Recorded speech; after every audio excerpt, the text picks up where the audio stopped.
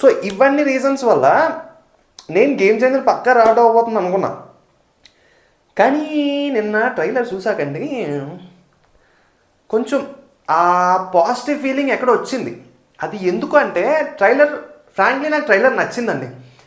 చరణ్ గారి లుక్స్ బాగున్నాయి, action scenes బాగున్నాయి, అలానే మ్యూజిక్ బాగుంది, ఇంకా ఎవ్రీథింగ్ చాలా విషయాలు బాగున్నాయి. ఇలానే ట్రైలర్ బాగుంటుందిరా, చాలా నచ్చుతుంది, సినిమా మీద ఒపీనియన్ మారిపోతుంది అనుకునే టైంలో వచ్చాయని 2 సీన్లు.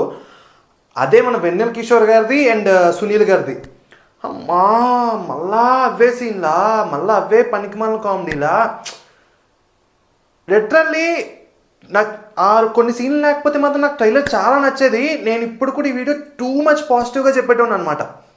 బట్ ఆ సీన్లు చూసాక మళ్ళీ ఎక్కడో సినిమాలో ఉంటుందరా, గబ్బు లేకపోతున్నారా అనిపించింది.